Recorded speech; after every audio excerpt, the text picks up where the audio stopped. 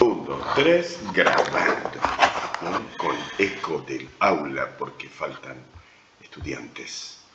Bueno, entonces el campo magnético, en principio el campo magnético lo vamos a representar con un vector que se llama H. Y el que más vamos a usar es lo que se llama el campo de inducción magnética, que le vamos a llamar campo magnético indistintamente porque nos hicimos amigos. Después de que veamos algunos efectos de este campo de inducción magnética, ¿sí? B, que se relacione con H, porque es mu0 por mu_r por H, donde este mu0 es una constante universal similar a epsilon0. También más adelante vamos a ver que de repente se encuentran y que, bueno, vienen las ecuaciones de Maxwell y una aventura del conocimiento y de la matemática muy interesante y muy divertida, que lo junta mu0 y epsilon0 y lo junta con la onda electromagnética de la luz. Bueno, mu0 vale, bueno, un número medio raro, 4pi por 10 a la menos 7, bueno, y tiene unas unidades medias estrambóticas que son, bueno, Tesla, que vamos a ver qué es, bueno, la T fea, Tesla, metro dividido ampere. Bueno, ¿qué es Tesla? Tesla es la unidad del campo de inducción magnética, T. Nikola Tesla. Todos saben quién es, algunos creen que tenía, no sé, que era un curandero, que era, no sé, que hacía magia con la electricidad y que la electricidad es magia. Y no sé, y creen que el tipo era un filósofo, no sé, una manga de boludos, no saben ni qué es un imán. ¿Ambas son mu0 por mu0, es ahí? ¿O son dos constantes? No, tenés un mu sub 0 que vale esto y mu sub r, sub se me hizo un rulo extraño ahí. Esto es r de relativo, que viene a ser como algo similar al epsilon r, ¿te acordás? Sí. Que estaba epsilon 0, epsilon r en los capacitores. Bueno, mu 0, mu r, ¿sí? El mu r es propio de los materiales, ¿no? Los materiales que se llaman, los materiales, ¿no? Hay tres tipos de materiales para el campo magnético, que ahora vamos a ir viendo. Entonces, ¿cómo se produce un campo de inducción magnética B o H? Porque fíjate que son dos vectores colineales, ¿sí? Hay un caso excepcionalísimo de materiales que tienen mu r negativo, que se llaman materiales diamagnéticos. ¿Qué es lo que pasa cuando vos pones un pedazo de manzana arriba de algo que flote y le acercas un imán bien potente? Vas a ver que el pedazo de manzana se raja. Lo mismo puedes hacer con un tomate cherry o un pedazo de tomate. Hay moléculas orgánicas que contienen en su, digamos, cadena de proteína o de no sé, lo que sea orgánico, contiene unos átomos de hierro que, bueno, ahí producen un fenómeno que produce siempre repulsión magnética.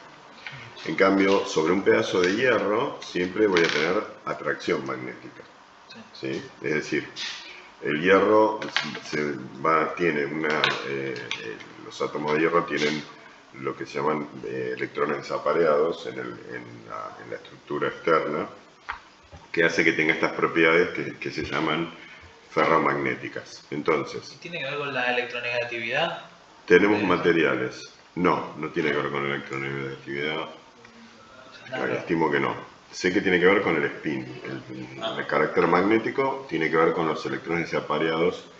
Entonces tiene que ver con el spin, porque el apareamiento de electrones es con uno spin un medio y menos un medio.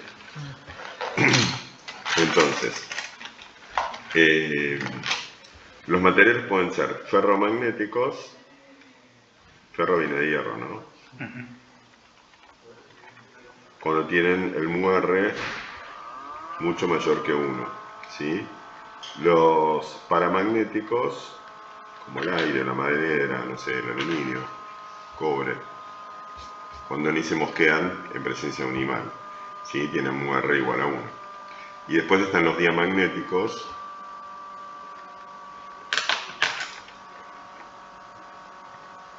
que tienen el mu r negativo, menor que 1 o negativo, ¿no? No es mayor que 0.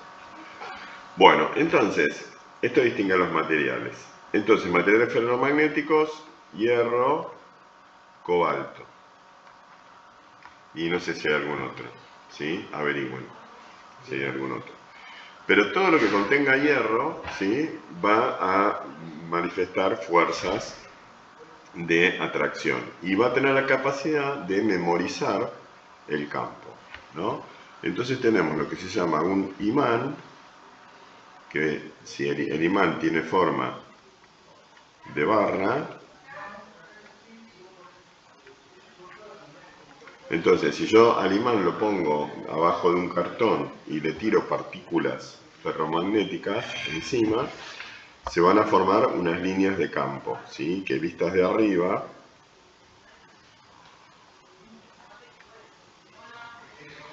esas líneas de campo se pueden visualizar con esas partículas. Vamos a hacer acá verde.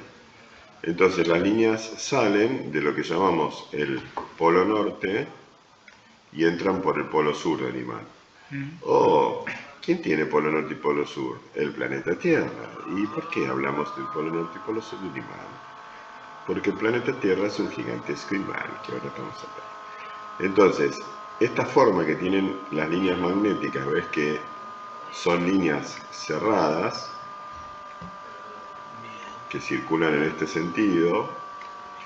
¿Cómo se ponen en evidencia estas líneas? Y por la aparición de una fuerza, pero es una fuerza de torsión que va a aparecer, ¿sí?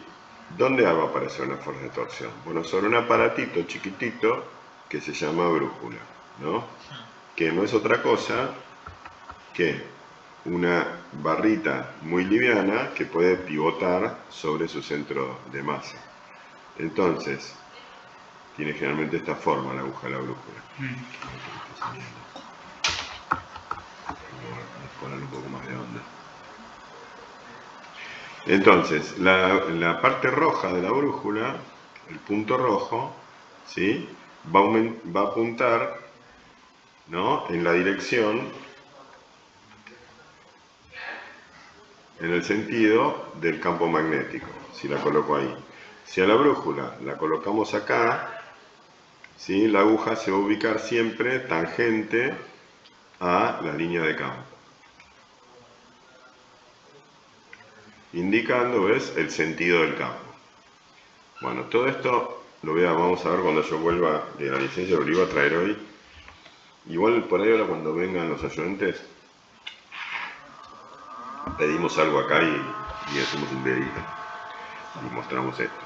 Yo con la brújula puedo irla moviendo por encima del imán y ir recorriendo una línea, viendo cómo va cambiando el ángulo de la brújula, manteniéndose siempre tangente a esa línea, y yo me la puedo imaginar esta línea. Obviamente, como toda línea de campo son infinitas, entonces habrá otras líneas también que salen de acá y se van dispersando, ¿no? Todas salientes, que por algún lado se van a cerrar y van a volver a entrar por este lado, ¿sí? Entonces, a diferencia del dipolo eléctrico, donde yo tenía, por ejemplo, si teníamos una carga positiva, ¿no?, y enfrentada con una carga negativa, se producían unas líneas de campo que nacían en la carga positiva, pero morían en la negativa. No se cerraban sobre sí mismas, ¿no?, de esta manera. Entonces teníamos lo que se llama una fuente y un sumidero de líneas de campo, salientes de la carga positiva y entrantes en la negativa. Entonces, fíjense cómo el dipolo eléctrico se parece en alguna manera al imán de barrita, pero la gran diferencia es que no hay polos generadores de líneas en el caso del campo magnético, ¿sí? En general, las líneas adentro del hierro del imán, o del material del imán que va a contener hierro, porque si no, no es el imán, salvo, bueno, ahora en los imanes de neodimio, yo no conozco el tema materiales. El neodimio es una tierra rara, que son unos elementos químicos que están en una parte especial de la tabla periódica, la parte de las tierras raras, y han hecho unas cerámicas que contienen neodimio que tienen, bueno, esta capacidad de hacer imanes recontrapoderosos y que encima no van perdiendo su poder magnético con el tiempo, como los imanes de cerámica que había antes, que se hacían con hierro, básicamente. ¿Tiño, ¿Cómo? Que sea un actinio. No, el actinio creo que también es otra tierra rara como el neodimio. Bueno, hay un montón de tierras raras. Son más de 10 me parece. Algunas me parece que son de laboratorio, son experimentales. Bueno, entonces esa es una diferencia entre la línea de campo magnético y la línea de campo eléctrico que hay que señalarla, porque esto después va a aparecer en lo que se llaman las ecuaciones de Maxwell, ¿sí? Entonces, en el campo eléctrico teníamos la ley de Gauss, ¿se acuerdan? Que decía que el flujo del campo eléctrico a través de una superficie que encierra un volumen es igual a la carga encerrada. Entonces, claro, esto lo digo así de palabra, no lo voy a dibujar. Si yo acá hago una esferita donde entran y salen líneas, el flujo neto va a dar 0 y porque no hay carga encerrada. Si la esfera que yo uso encierra una carga, bueno, entonces el flujo me da la carga encerrada. Si yo calculo el flujo de B en cualquier parte del espacio me va a dar 0, porque siempre todas las líneas que entran van a salir de ese volumen. Si calculo el flujo de B en un volumen, ¿se entiende? O sea que acá, ¿sí? El flujo de B escalar diferencial S, ¿no? En una superficie que encierra un volumen, siempre me va a dar 0. ¿Ok? En cambio, eso es lo que quiere decir, ¿ves? Que las líneas no tienen fuentes. ¿Sí?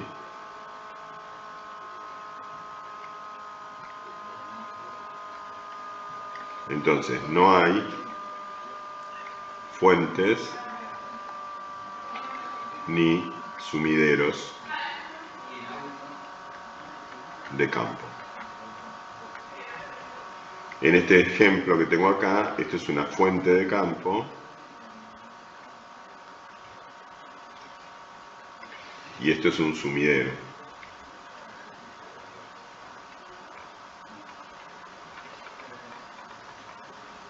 Bien, entonces bueno, pongamos acá bien grande que esto que estoy poniendo acá es el campo eléctrico E y esto que estoy poniendo acá es el campo magnético P. Bien, ¿de acuerdo? Sí. En realidad, cuando ponemos B, que por costumbre estamos usando B todo el tiempo para simplificar después las ecuaciones, hay que señalar que acá dentro del imán tengo un B diferente que afuera en el aire. ¿Sí? Okay. Por esto que pusimos acá arriba, ¿ves? El va a ser igual en todo el espacio, va a ser H. ¿Sí? B acá adentro va a tener un MUR, que va a ser, como es un imán, es mucho mayor que 1, y el B acá afuera va a ser mucho menor porque el MUR en el aire vale 1. ¿Está bien? ¿Se entiende? Sí. Bien, buenísimo. Bueno, pero por costumbre hablamos todo el tiempo del campo magnético, hablamos de B. Vamos a ver H cuando vamos a ver un poquito de por ahí si llegamos, no sé. Yo el año pasado el tema materiales no lo di directamente. Si llegamos vamos a ver materiales ferromagnéticos, pero no es algo muy importante para la parte física, es más para la parte de ingeniería, para el cálculo de transformadores y eso. Bueno, entonces, ¿qué pasa si yo pongo una carga eléctrica en presencia de un campo magnético? Entonces, sobre una carga eléctrica, ay no, me quedé con el verde. O mejor dicho, sobre una partícula cargada, ¿no?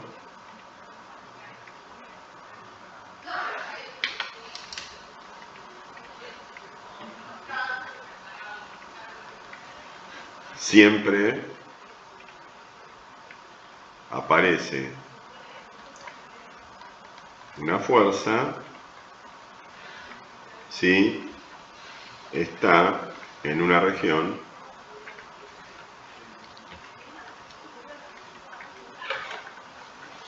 donde hay un campo eléctrico, ¿no es cierto?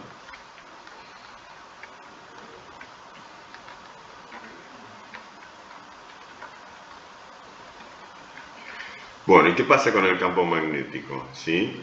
Si la partícula, en una región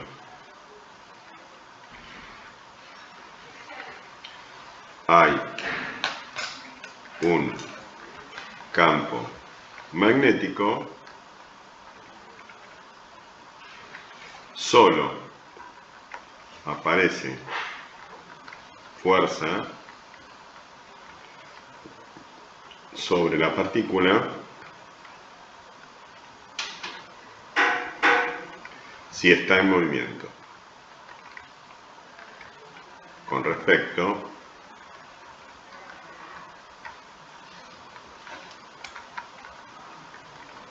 a la fuente de ese campo. O sea, el movimiento siempre es respecto de algo, ¿sí? Respecto a un sistema de referencia, si no, no hay movimiento posible. Si no hay sistema de referencia, no se puede hablar de movimiento. Es un tema filosófico, ¿no? Si yo no tengo referencias, ¿puedo saber si hay movimiento? No. Yo estoy, no sé, soy un astronauta y estoy perdido en el medio del espacio. Y no tengo ningún instrumento para medir mi posición con respecto a las estrellas que veo. ¿No? ¿Puedo saber si estoy en movimiento? ¿Y vas a ver todo negro? No, pues vas a ver todas las estrellas. Entonces, escúchame, si acá en la Tierra se hace de noche y la atmósfera está bien clara y no hay fuentes luminosas que iluminen las partículas de aire, y vos ves un cielo lleno de estrellas. Imagínate que si te caes de la nave con tu traje de astronauta, con tu oxígeno ahí para respirar tranquilo, vas a ver un cielo todo estrellado en todas direcciones. Tremendo, porque no hay aire, se ve divino, ¿no? Y si no tenés ningún instrumento que te permita detectar tu movimiento respecto a todas esas estrellas que ves, no puedes saber si estás quieto o estás en movimiento. Imagínatelo, imagínate. Bueno, entonces si en una región hay un campo magnético, solo aparece fuerza sobre la partícula si está en movimiento con respecto a la fuente de ese campo. Entonces vamos a poner el título Fuerza de Lorentz. Que levantaba pesas Lorentz. Bueno, entonces para que se manifieste la fuerza de Lorentz, entonces tiene que haber una partícula que tiene una cierta carga, debe ser acá una esferita, que tiene una cantidad de carga positiva, después vemos qué pasa si la carga es negativa, y que la esferita, ¿sí?, viene a los pedos, viene moviéndose con una cierta velocidad. Eso parece que se mueve.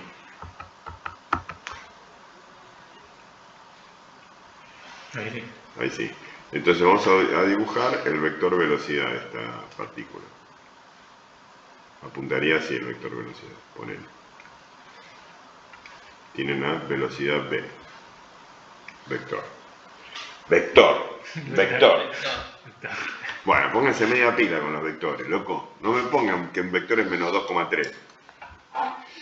Bueno, entonces ese vector, ¿sí? Espera, lo hice verde. Oh, qué cosa. Vamos a hacerlo de un color celeste, el vector velocidad. Vamos a tener un color para cada vector. Entonces vamos con el vector velocidad.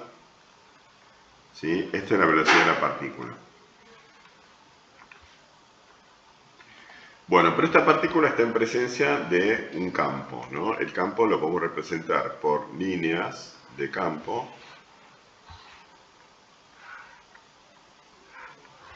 ¿Sí? Que si las líneas tienen esta flechita, en el punto donde está la partícula, bueno, va a haber una línea tangente, va a haber un vector, perdón, tangente a esta línea. Yo estas líneas las dibujé rectas, ¿sí? Pero bueno, podrían ser curvas. Entonces, acá voy a dibujar entonces un vector, a ver si un poco más grueso, campo. El campo magnético, el campo B va a ser, ¿sí?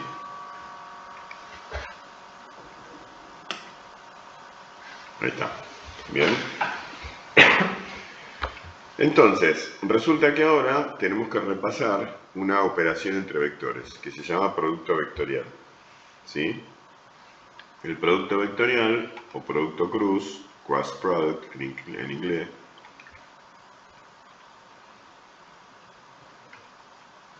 El mismo que se usaba en el torque, ¿no? sí, por ejemplo, o sí, en física 1 lo habrán visto por primera vez en torque, pero también se usa para relacionar la velocidad tangencial, que es un vector, con el vector velocidad angular y el vector radio de la trayectoria, digamos, vector posición, del punto, ¿no? También es un producto vectorial. Entonces, cuando vos haces un producto vectorial entre dos vectores A y B, te da un tercer vector C que es perpendicular tanto a A como a B. Este es el concepto más importante del producto vectorial. Primero, que el resultado es un vector. Y segundo, que ese vector es perpendicular simultáneamente a los otros dos vectores. Bueno, entonces, el producto vectorial, ¿sí?, de la carga, acá tengo un escalar que es la cantidad de carga. Por eso ahora empecé con una carga positiva para que este escalar sea positivo. Entonces, si yo hago el producto del escalar Q por la velocidad, esto en sí es un vector que tiene el sentido de la velocidad si Q es positiva. En este caso, QE tiene el sentido de B. Bueno, a esto lo voy a multiplicar, ¿sí?, con producto vectorial, justamente con el campo de inducción, con B. Por eso nos vamos a manejar siempre con B, ¿sí?, porque si no acá habría que poner mu 0h y aparece una constante que rompe las pelotas. Bueno, este resultado justamente va a ser igual, nada menos, que así, sin ninguna constante de unidades ni nada raro, directamente esto va a ser igual a la fuerza que vamos a llamar fuerza magnética, Fm.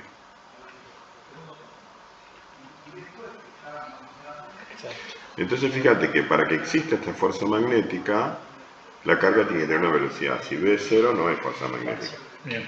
Pero además hay unas propiedades del producto vectorial que ahora vamos a ver, que también puede ser que la carga se esté moviendo en determinadas condiciones en el campo y esta fuerza también sea nula. Bien, entonces esta es la fuerza magnética debido al campo magnético. La fuerza de Lorentz es la suma de la fuerza magnética con una fuerza electrostática que puede haber, ¿no? Cuando decimos que hay un campo electromagnético, hay un campo que tiene una componente magnética y una componente eléctrica. Le llaman campo electromagnético. Pero yo no puedo sumar la componente de E con la componente de B, porque tiene distintas unidades. Entonces, eso del campo electromagnético es una cosa que es muy, ¿sí?, les gusta mucho a la gente que hace videos en YouTube. Pero en la física no existe el campo electromagnético, ¿ok? Lo que existe es la onda electromagnética, ¿sí?, que es una onda donde en todo punto del espacio se va propagando una perturbación donde el campo magnético y el campo eléctrico oscilan uno vinculado al otro, ¿sí?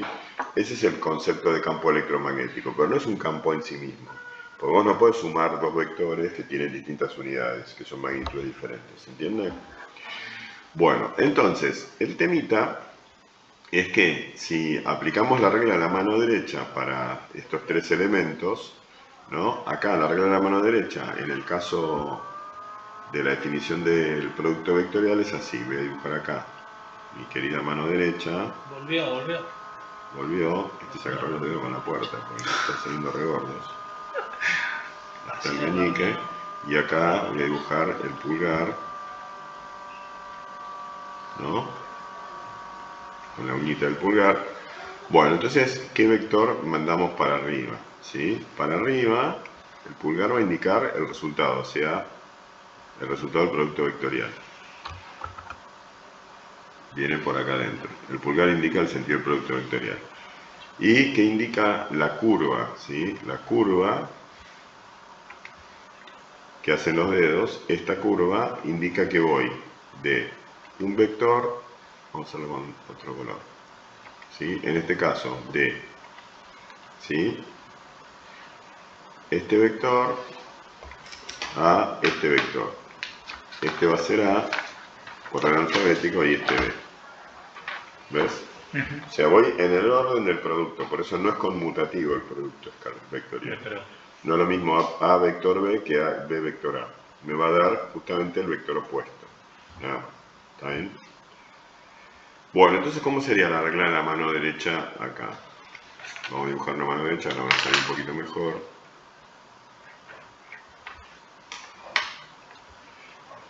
Pasa que la mano derecha, claro, la dibujo así, entonces se ven los dedos.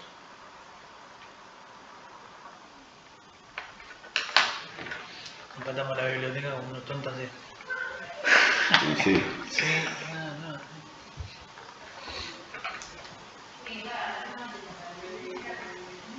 después la matemática usan otra rara que es como con los 3 dedos. Es lo mismo, vos usas la regla que quieras, pero que te funcione bien. O sea, Claro, no todo hagas es una lo regla mismo, que te entonces. falle, es lo mismo, pero vos tenés que acordar de memoria que es cada dedo. Te llegas a confundir un dedo con otro y te arruina todo, ¿entendés? Por eso, para mí es mejor esta, la Entonces, de... sí, por No, eso, ya por fue. eso.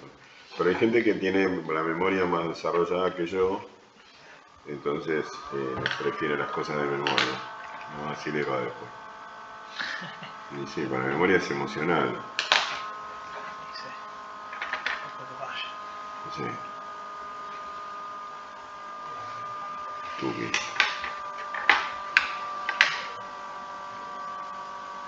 No, este pulgar es una porquería. Estoy perdiendo un tiempo dibujando esto. Tiempo de grabación.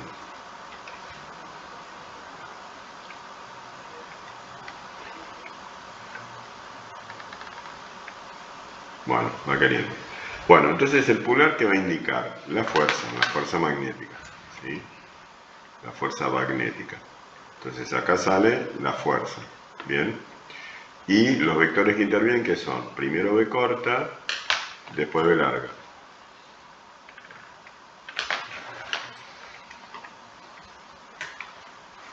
Bien, o sea, el caminito ese de rotación va de V corta a V larga.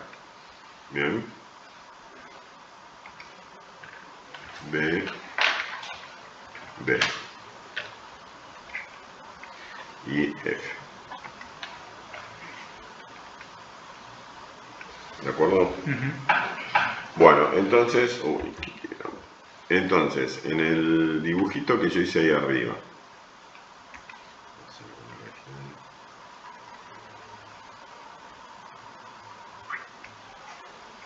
acá abajo, ahí va. Eso lo ponemos ahí. Entonces, el dibujito que tengo ahí arriba, ¿sí? ¿Para dónde apunta la fuerza? A ver. Así. Tenemos B corta, Claro. ¿sí? Por B larga. O sea, Para arriba. perfecto. Sin duda, Caliente. ¿no? Sin dudas, la fuerza entonces apunta para arriba, perpendicular.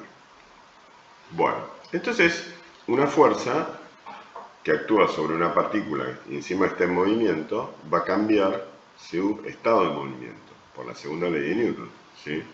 Es decir, esta fuerza está actuando sobre una partícula que tiene carga, pero además, por ser partícula, tiene masa, m. ¿Bien? Entonces, fíjate la velocidad y fíjate la fuerza. Como esta condición impone que la fuerza y la velocidad son perpendiculares, vamos a dibujarlo eso. Estoy con lápiz. Acá hay un ángulo recto entre estos dos vectores. Sí. Y según esta ley, esto es una ley, la fuerza de Lorentz, ¿no?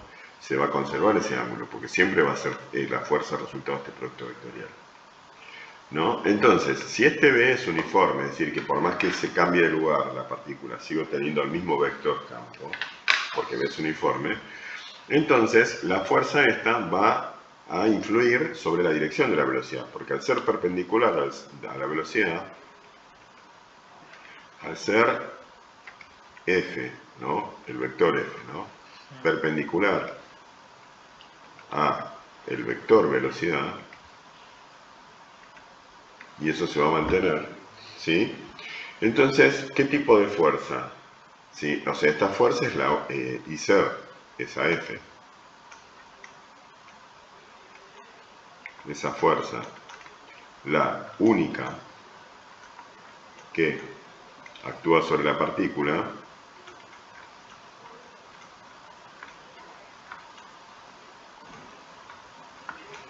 se va a cumplir la segunda ley de Newton.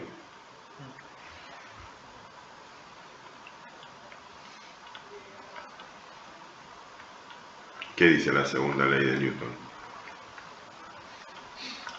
Que un cuerpo Que la fuerza neta es igual a qué. bueno, la masa por aceleración. O sea, en este caso la fuerza neta es la fuerza magnética. Entonces, lo que va a pasar es que la fuerza magnética va a ser igual a la masa por el vector aceleración. Esta ecuación lo que dice es que el vector aceleración y la fuerza magnética son colineares, ¿sí? O sea que acá yo puedo dibujar a ese vector de aceleración como un vector que tiene la misma dirección y sentido que la fuerza magnética. Medio torcida.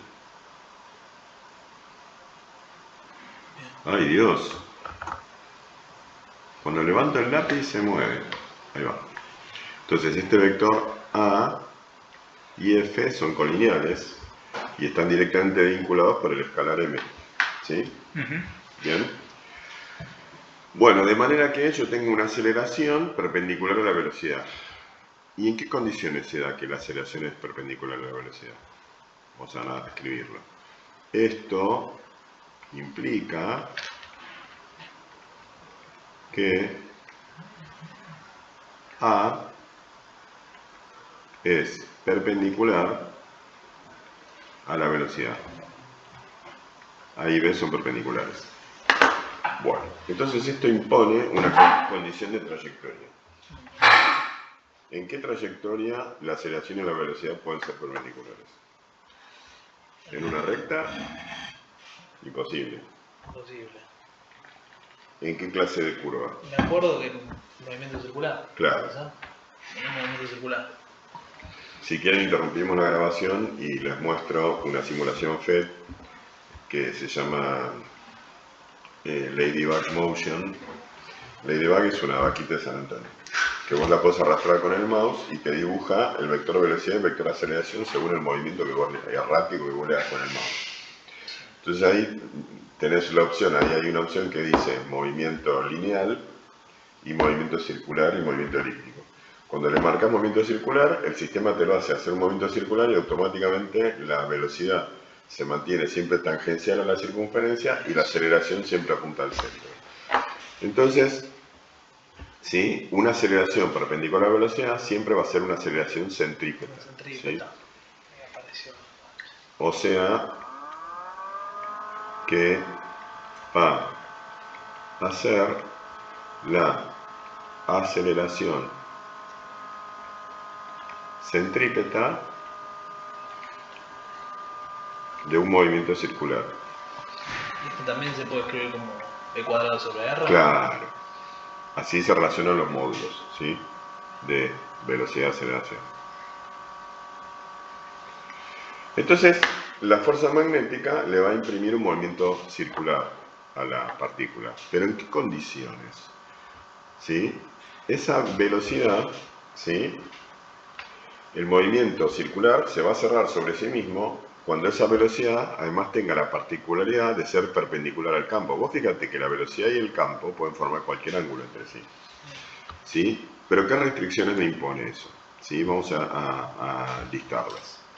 Entonces, en principio, si la velocidad y el campo fueran paralelos, es decir, que la velocidad tiene el sentido del campo o sentido opuesto, resulta ser que el módulo de un producto vectorial es el producto de los módulos por el seno del ángulo. Entonces vamos a poner una hoja nueva y vamos a ver todas las posibilidades que hay según el ángulo que forme el vector velocidad, o sea, en ese instante el ángulo entre la trayectoria y el campo en un instante dado. Es el ángulo entre la velocidad y el campo. Digamos que decir velocidad tangencial es una aberración en física conceptualmente, porque la velocidad siempre es tangencial a la trayectoria.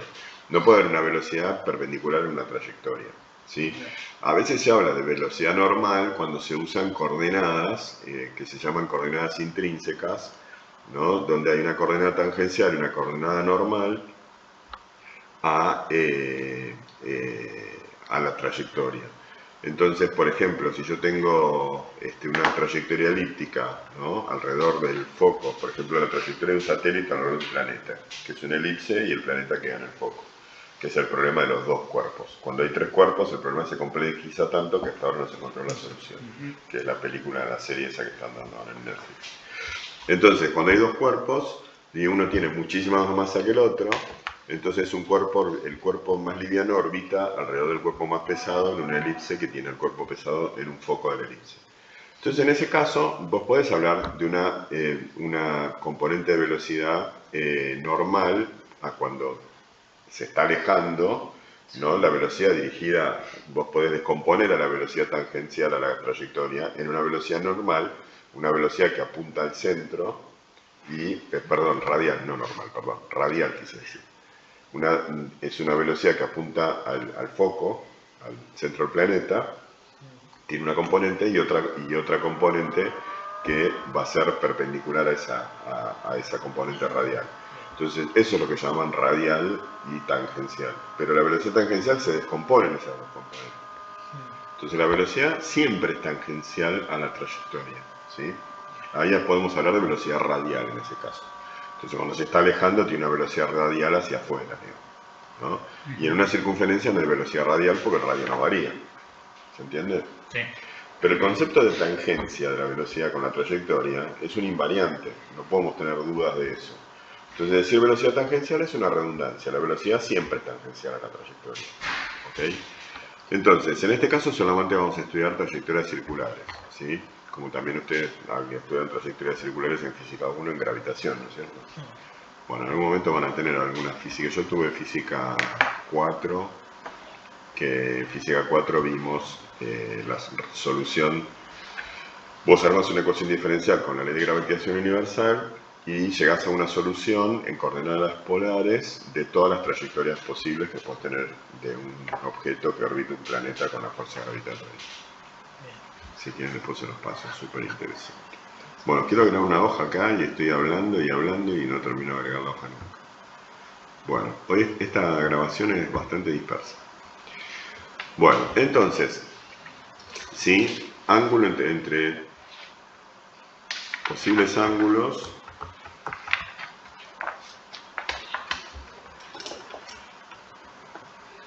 entre B y B, mira, B larga y B corta.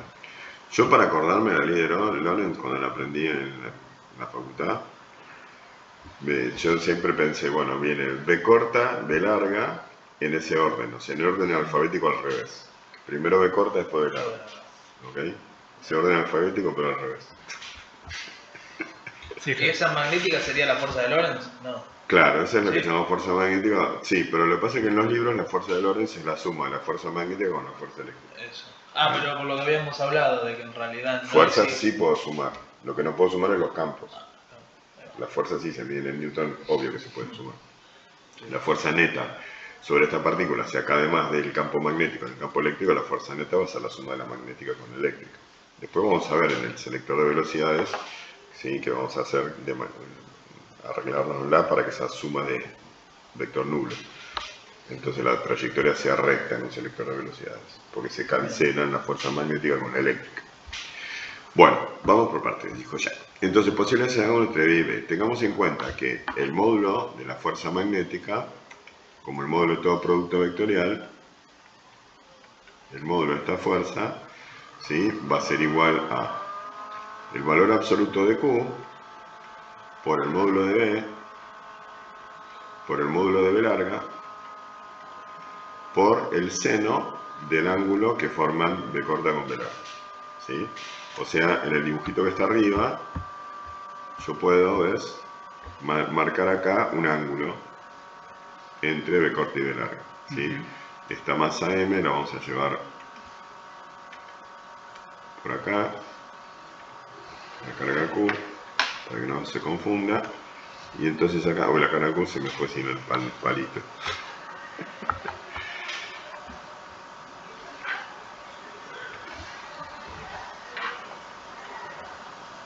La carga Q la tenemos por acá, entonces acá podemos marcar entonces un ángulo alfa. ¿Sí? El ángulo alfa entre B corta y B larga, que no es 90. 90 es el ángulo entre F y B corta o entre F y B larga. Ese sí es 90. Bien, entonces, ¿qué pasa si el ángulo es 90 grados? ¿Sí? Si alfa es igual a 90 grados, entonces la fuerza magnética es máxima. Porque el seno de 90 vale 1. ¿Sí? Para cualquier otro valor de alfa, el seno de 90 va a ser menor que 1. Y el ángulo entre dos vectores nunca puede tener un seno negativo, porque el ángulo entre dos vectores, tengamos en cuenta que está comprendido entre 0 y 180. Así que el seno de ese ángulo siempre va a ser mayor o igual a 0. ¿Ok? En la circunferencia trigonométrica se lo imaginan, ¿no? El ángulo entre 0 y 180, porque el ángulo entre los vectores siempre es el más chico posible, nunca es el ángulo, este ángulo de afuera, ¿sí? Se llama ángulo cóncavo, ¿no? Y este convexo. Siempre el ángulo entre los vectores es el ángulo convexo, ¿sí? Entonces el ángulo como máximo puede valer 180 como mínimo 0. Bien. Entonces, ¿qué pasa si alfa es igual a 0? ¿No? Entonces, si alfa es igual a 0 grados o alfa es igual a 180 grados, el seno de alfa va a ser 0 y entonces la fuerza magnética va a ser nula. ¿Ves? Entonces, de esto podemos concluir que si la trayectoria es paralela a un campo B uniforme, la partícula no sufre desviación.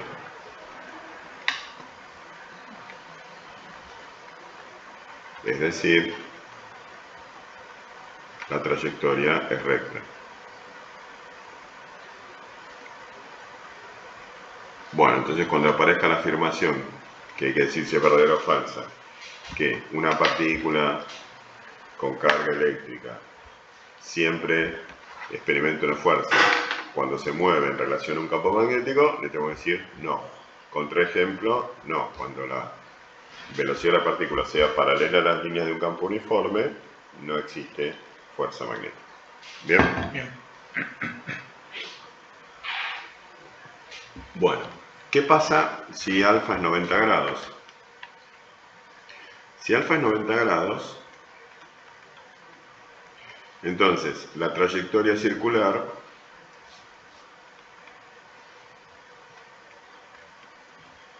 es circular, es decir, es circular, o sea que se queda ahí orbitando la partícula. Pero tengo que dispararla con un ángulo perfecto de 90 grados. ¿No? Acá en el laboratorio tenemos acá un aparato que es una ampolla que tiene argón a baja presión y tiene un cañón de electrones. Y esa ampolla la podemos sumergir entre dos bobinas que producen un campo magnético uniforme en toda la región de la ampolla y podíamos ver la trayectoria circular de los electrones cuando logramos que el ángulo sea 90 grados. ¿Qué pasa si alfa no es 90 grados? Si alfa es mayor a 90, entonces ¿cómo sería la velocidad? ¿Sí? Vamos a empezar alfa menor a 90. Vamos a complicarla primero. Si alfa es menor a 90 grados.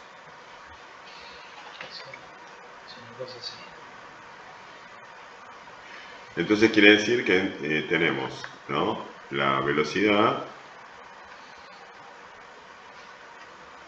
y el campo.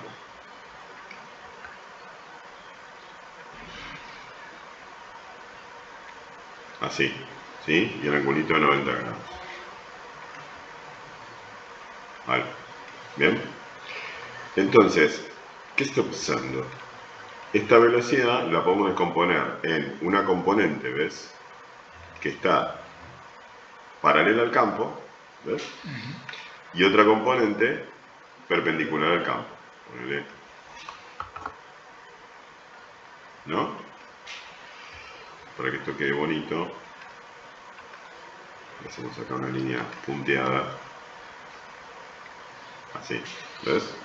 Entonces descompuse la velocidad en una componente, ¿ves?, que está acá sobre el campo y una perpendicular al campo, ¿sí? Vamos a llamarlas, por ejemplo, ¿sí?, B. Ay, me quedó la línea punteada. Vamos a llamarla así, B perpendicular y B paralela. ¿Sí? Entonces, ya vimos que la B paralela no produce nada. Claro, esta componente, este módulo por esto, por Q, es lo que te da el módulo de la fuerza. ¿Sí? ¿Se entiende? Porque esta BL, ¿sí?, sería igual justamente al módulo de B, justamente por el seno de alfa. ¿Ves? Que es la parte, cuando vos escribís la fuerza magnética, que es Q por B por justamente el seno de alfa. Entonces, ¿ves? Eso que dibujé ahí viene a ser este factor. ¿Ven? Sí. Es el factor que determina la fuerza. ¿Bien? Pero ¿qué pasa? Esto, ¿sí?, hace que la partícula avance. Y esto, que gire. Entonces, ¿cómo va a ser la trayectoria? Vamos a hacerla con negro, con una línea punteada. La trayectoria va a ser una circunferencia, pero como hay un avance, en vez de cerrarse sobre sí misma, va a avanzar.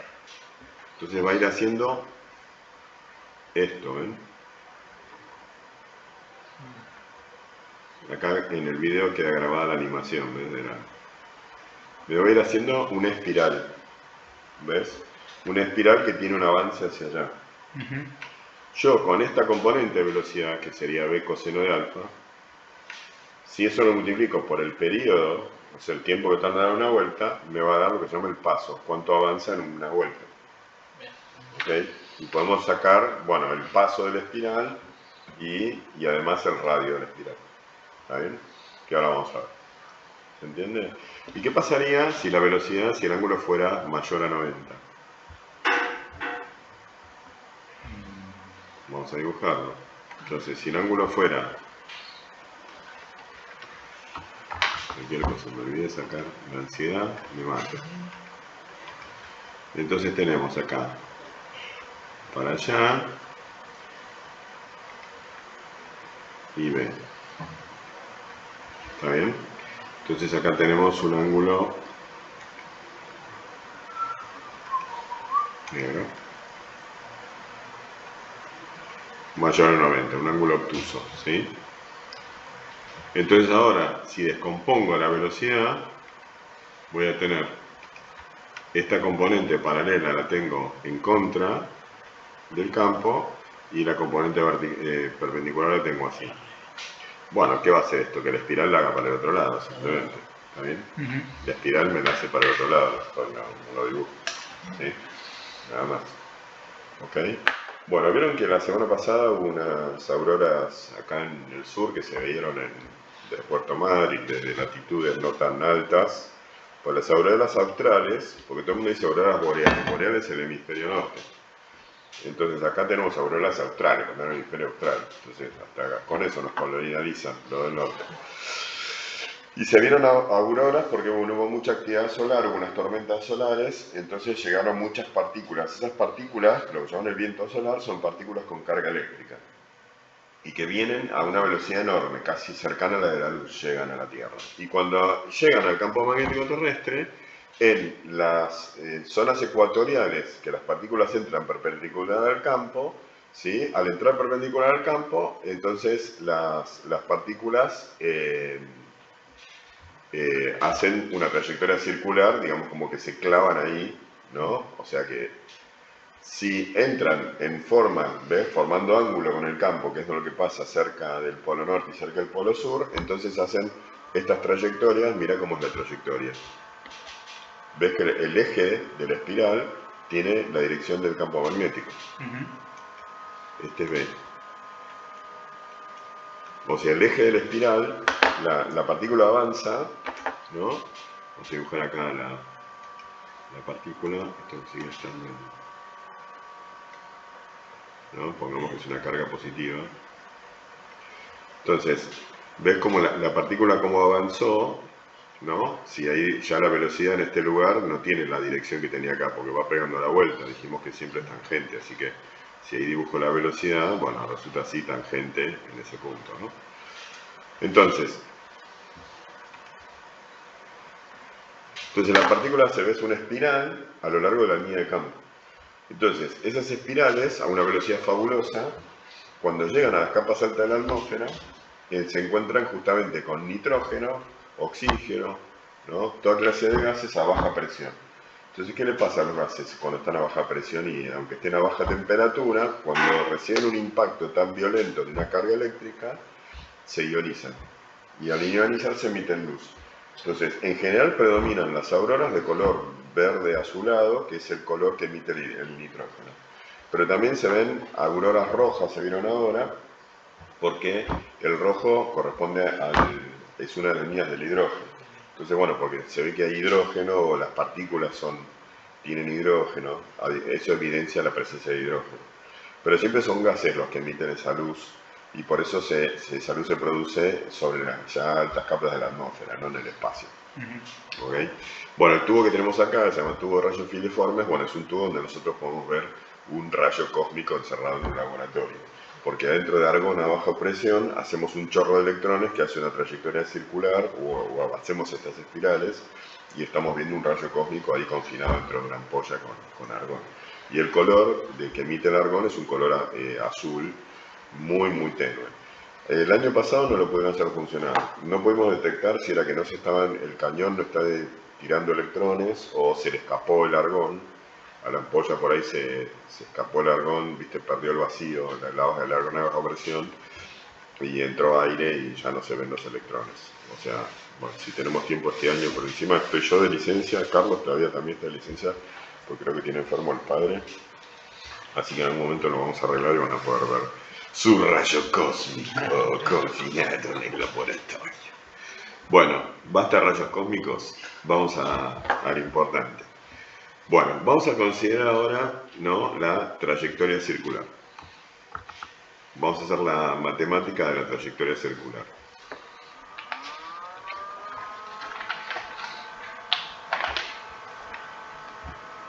Entonces, para eso vamos a dibujar una partícula con carga positiva,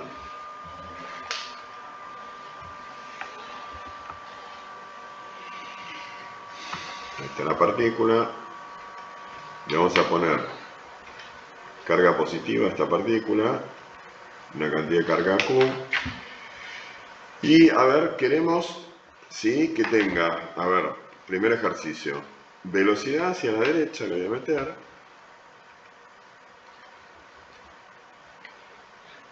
esta velocidad le vamos a meter, y queremos que la fuerza vaya hacia abajo. Entonces la pregunta es cómo tiene que ser el campo. Para que la trayectoria sea circular, el campo tiene que ser perpendicular a la velocidad. Pero ¿para dónde tiene que apuntar? Perpendicular a la velocidad sería o entrante o saliente. Tengan en cuenta que la fuerza es el pulgar, que la velocidad es la que primero tienen que encontrar tus dedos. En la curva que hacen tus dedos, luego de la velocidad, tienen que encontrar al campo. ¿Sí? Esta va a ser la fuerza magnética, que va a ser idéntica a la fuerza centrípeta. Y esta es la velocidad. Así que, ¿cómo tiene que ser el B? ¿Entrante o saliente a la hoja? Tengamos en cuenta que un B entrante se representa así, saliente, y un B saliente así. Claro, tiene que ser saliente, ¿no? ¿Por qué estos símbolos que tenemos para entrante y saliente? Porque si yo dibujo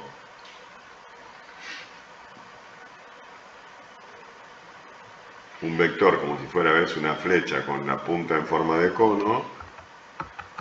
Claro, de frente se vería. De atrás voy a ver las aletas como una cruz. ¿Ven? Y de frente voy a ver la punta del cono, ¿sí?, como un timbre. Bueno, entonces acá lo que tenemos que hacer es dibujar un campo que sea uniforme. Es decir, que los vectores están, ¿ves?, equiespaciados. Eso representa a un campo uniforme. Lo estoy poniendo cada 4 cuadraditos. Entonces eso me garantiza que a medida que avance la partícula por esta trayectoria circular, siempre voy a tener el mismo B perpendicular a B corta y a B corta, y se va a mantener, entonces la trayectoria se va a cerrar sobre sí misma. Acá va a ser jodido dibujar la circunferencia de la trayectoria. La elipse. Sí. Vamos a hacer una línea punteada, negra. Entonces, yo no sé cómo. Creo que si empiezo acá con el Shift, ahí me lo hice. Lo que tengo que hacer ahora es, lo voy a agarrar con esto Y bueno, quédate quieto. Ahí va. Ahí se alineó solo.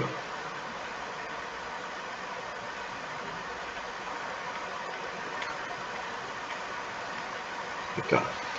Bueno, entonces ahí tenemos la trayectoria circular, ¿sí? Que va a ir siguiendo la partícula, que va a tener un determinado radio, ¿no? A ver cuántos cuadritos de acá. 2, 4, 6, 8, 10, 12, 14, 16, 18, 19, la puta madre. Bueno, 19 y este cachito. Entonces serían 2, 4, 6, 8. Bueno, más o menos por acá está el centro, medio asqueroso. Vamos a hacerlo por...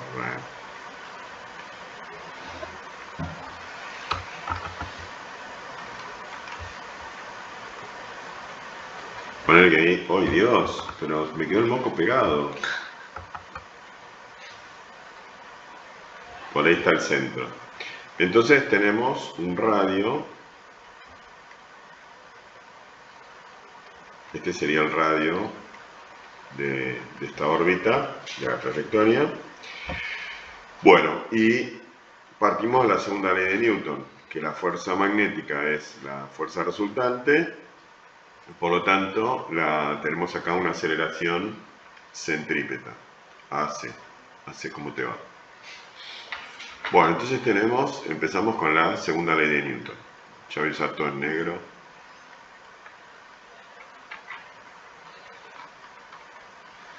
Que en este caso sería la fuerza magnética, que es la fuerza neta, igual a la masa por la aceleración.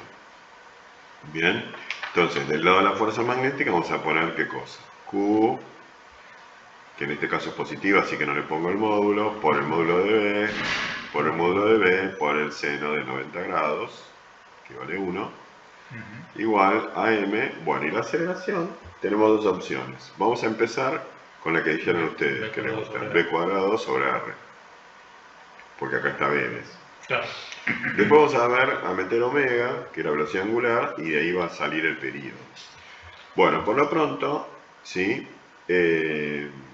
Acá tengo una relación entre, ¿ves? Esta B ahora la puedo cancelar con este cuadrado. Y tengo una relación entre radio, velocidad, masa, carga. En principio yo podría despejar el radio acá, que nos va a servir después para una cosa que se llama el espectrómetro de masas. Y acá me quedó M sobre Q por el módulo de B de velocidad dividido el módulo del campo. ¿Sí? Me queda una relación entonces entre todas estas variables.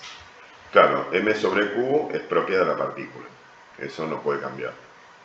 ¿No? No puede cambiar. Para un isótopo ionizado es propio del isótopo. ¿Sí? Porque las partículas se ionizan de una única manera, en general. Si bien pueden tener distintos números de valencia, la ionización es fija, la valencia predominante. Entonces, los isótopos tienen siempre la misma carga, pero pueden tener diferente masa. Entonces, si vos disparas isótopos todos con la misma velocidad en presencia del mismo campo, claro, los isótopos con más masa van a tener más radiotrayectoria.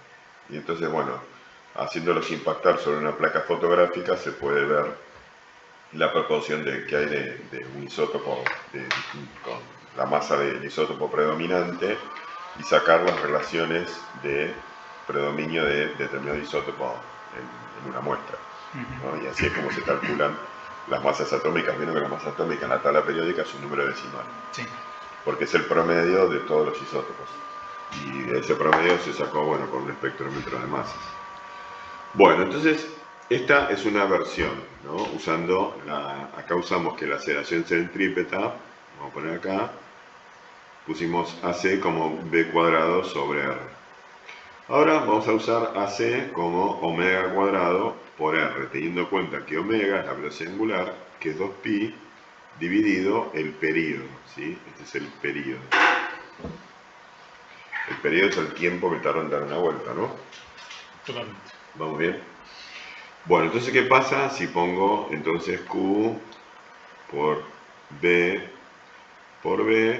igual a M omega cuadrado R. Bueno, en principio esta B que está acá también es B es omega por R.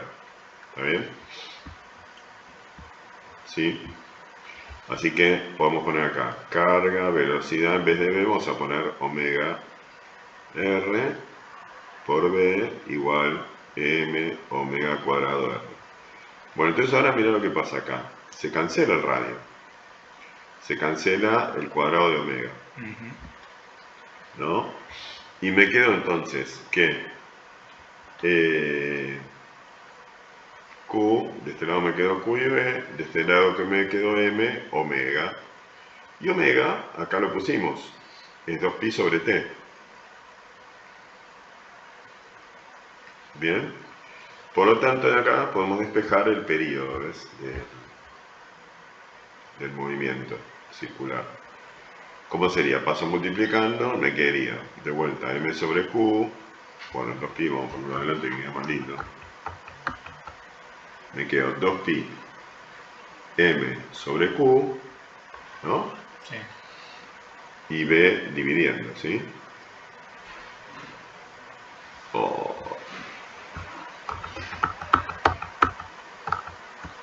Entonces queda 2pi M sobre QB. ¿Está bien? Ese es el período, que es independiente del radio, ¿eh? Esto va a ser importante en un aparato que se llama ciclotrón, donde nos importa el período y vamos a ver cómo en ese aparato se va a ir acelerando partículas con el período que se mantiene constante y va a ir aumentando la velocidad. Bueno, saludos. Entonces tenemos dos fórmulas, una para el radio en función de la velocidad y la masa y todo eso, y otra para el período, que es independiente. El período es independiente del radio. ¿Okay? O sea que dos partículas con la misma carga, ¿no? Pero con diferente masa, tardarían lo mismo en dar una vuelta. ¿Ok? El período solamente depende del campo y de la carga. No, perdón, y de la masa. No depende... ¿Y cómo cambia el radio? MQB. Si cambia la velocidad sería. Bueno, saludos a la cosa. Bueno, vamos a hacer los problemas. Vamos a cortar el video este tan largo y pesado. Adiós.